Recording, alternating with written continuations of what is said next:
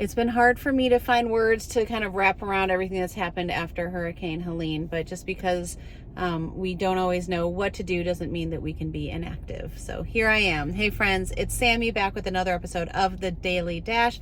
That's right, it's everything you need to know from around the world and in my life, straight from my car dashboard to yours. Today is Tuesday, October 1st, 2024. Let me tell you what you need to know so you're in the know wherever you are and whatever you are doing.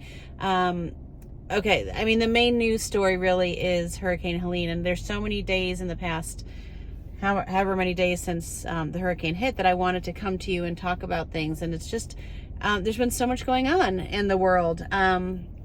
Okay, so other news, the vice presidential debate is tonight. The Dove Awards are tonight.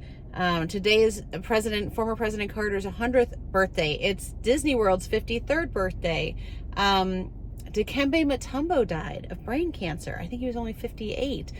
Pete Rose died. So there's just a lot going on right now. So all of those things, and I think most of you know that Hurricane Helene hit about 5 days ago now, came ashore around the west coast of Florida, went up through Georgia, and then western North Carolina, eastern Tennessee. And I was on the calendar for me to go visit my daughter in Chapel Hill, to drive there. And we had decided the night, honestly, ahead of the storm, that this weekend it just wasn't going to work for a number of reasons. And then that part of, I mean, if you can imagine, I-40 here in Nashville go 8 hours east and you get to Chapel Hill.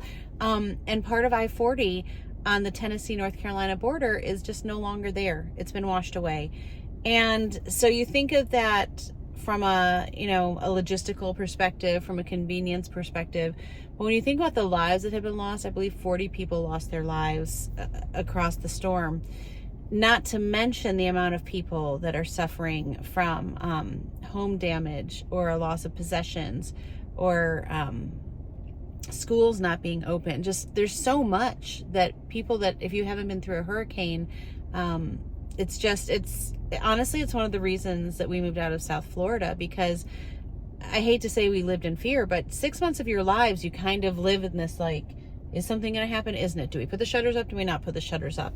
And it's awful. So it can seem overwhelming to know what to do in those moments. So I'm going to share some resources below that University of North Carolina has gathered some resources.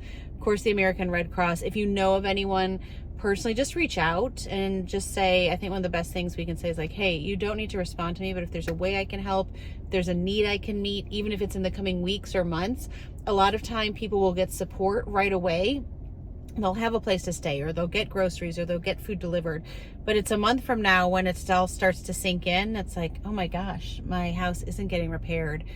I don't have the money to get new groceries to replenish my freezer. I don't, winter is coming. We have to get all new coats. Like, those are the things that don't often get thought about. So